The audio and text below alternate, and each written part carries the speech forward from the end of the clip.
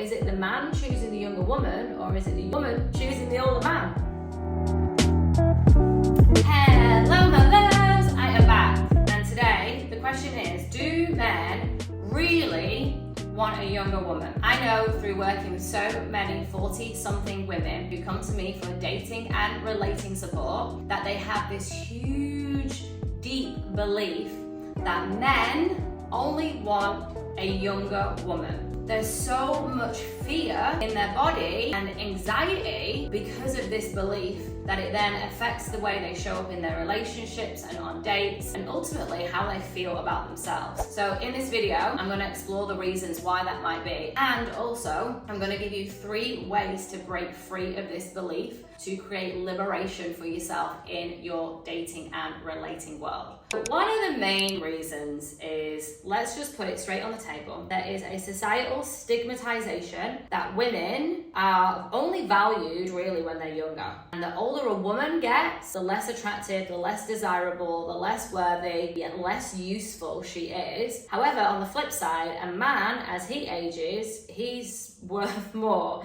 And he is like somehow like this stallion and a warrior in society. And we see this through movies, magazines, and it's a great way to really undermine women. And women are so powerful. There's a really, really big reason why they do this, because an insecure woman makes the industry billions in products and services, but also like a really powerful independent woman that's, you know, different to the status quo and doing things a little bit unusual, shall we say it, that really threatens society, because then everyone else who's kind of like living life in a different way, like in fear and insecure, they're all of a sudden going to start questioning things. And we don't want a liberated generation of people that possibly like feel really worthy and connected to themselves and don't need to spend billions on products and services to feel better. And just to park that there as like one of the biggest reasons why women have this big fear, because society is making it so that she should be in fear because of her age. And that's simply not true. And I'm going to describe a number of reasons to you as to why. But one of the biggest things is that you get to really ground in your own belief around your age. We are who we say we are who we think we are. So if you think that you are too old, too late, not good enough, damaged goods, left on the shelf, and essentially your body's listening to all of that narrative, chances are you will age faster, you will show up less confidently in your dating life, you'll create a lot of tension in your body, so your body might start to ache. And generally, all of that stress is just going to downgrade your entire biology. You won't feel as fulfilled or as joyful or access to your aliveness and your life force, and you'll have less energy. This is why the words that we speak and how you approach the relationship with yourself is fundamentally the most important thing. So really starting to look at the own beliefs that you're holding about yourself, about your age, about men, about dating at this stage in your life is going to be really, really fundamental, because that's going to affect the filter of what you see and also how you receive things. Like, for example, if someone says to me like, oh my god, like you're 40 now, shouldn't you be dating? Shouldn't you be married? Shouldn't you have children? And I'll hear that and I'll be like, am I going to choose to let that tone of how this woman said it, and also the words should and age and children and marriage, affect how I'm going to feel about myself? So I get to choose what I subscribe to. Now, a sidetrack to this, like, you know, we've obviously got men's biology and women's biology and the biological clock that everyone talks about in some way, shape or form, because women are child bearers. There is that fact that men technically can have children later, therefore they can have a younger woman. But have we ever really looked at the fact that actually many women also want an older man? And there's a number of reasons for that, one of which being that there's a providership and a father type figure that a woman is always seeking and desiring on some level. And yes, women do go for younger men as well, but predominantly it's the other way around. So therefore, is it the man choosing the younger woman, or is it the woman choosing the older man?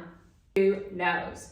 I'm just going to put a few of those on the table for you, just to get your mind thinking about things potentially a little bit differently other than, yes, men want a younger woman, and that's it. I want to get into some tips for you. If you know that you're a woman and you're holding this belief and you know that it is creating like a negative, ineffective way of being for you, either in your dating life or just fundamentally the way that you think and feel about yourself. Number one thing to do is to look at your self-talk. Really see where that self-talk is coming from. So if you're constantly pressurizing yourself or you're being really critical of yourself, it's an opportunity for you to really take a look at what it is that you're saying to yourself and to other people, and maybe do some exploration of where that came from. Are you speaking to yourself like your mum or your dad did when you were younger, and you've adopted that way of talking to yourself? In which case, this is the point where you get to choose. Do you want to clear that? Do you want to change it? Do you want to create a new way of relating to yourself? Number two, this is such a big one. How are you treating your body? But especially as you're, aging and we're all getting older, are you in this space of like, oh, well, I'm in my 40s now, fuck it. Might as well just not even bother starting the gym or stop going to the gym as much, or I might as well just, eat more because, my metabolism's slowing down and there's nothing that I can do about it. Is that true? Now, really looking at the way in which you're treating your body, because the way we eat, the way we speak to our body, the way we move it, the things that we do for it is all essentially creating the makeup of our cells that are forever renewing. It's called epigenetics. It's like a level above DNA, where actually the epigenetic environment can affect somewhat the DNA and also affect your chromosomes and how you're aging, basically. But there's a science behind this, where you fundamentally see people who age really, really fast and people who age extremely slow and live a very long, fruitful, healthy life. Number three is, how are you fulfilling your passions? Has there been something that's been on your heart to do for years and you never quite said yes to it? Your career got in the way, or maybe it was part of your career and you were doing a different career and you wanted to do this. Like, I know for me, for very many years, I stopped horse riding because when I was younger, I had a really big passion for horse riding, but there was a really horrible instructor who was just really, really mean, and I stopped horse riding because of this woman. And then I spent all of my teens, all of my 20s, and then at 32 I started horse riding again. And the liberation in my body is just something I've never quite experienced before. So I share this with you because I'm curious, what's your thing? What's your thing that has you so deeply connected to your body, to your soul, to your aliveness, and maybe life has gotten lifey or something happened and you stopped gifting yourself that thing. And why I'm sharing this in particular as it pertains to breaking the belief around age is because age is just a number.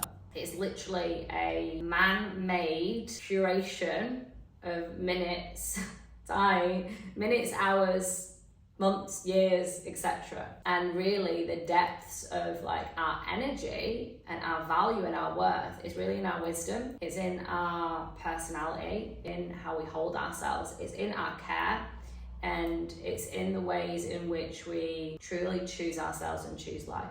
So my love, I hope that this video was helpful. I hope it served and supported you. If it did, please like, share and comment. I always get back to my comments, so if you've got a question about anything, I'll respond back to you. And if you want more of these videos, then hit subscribe.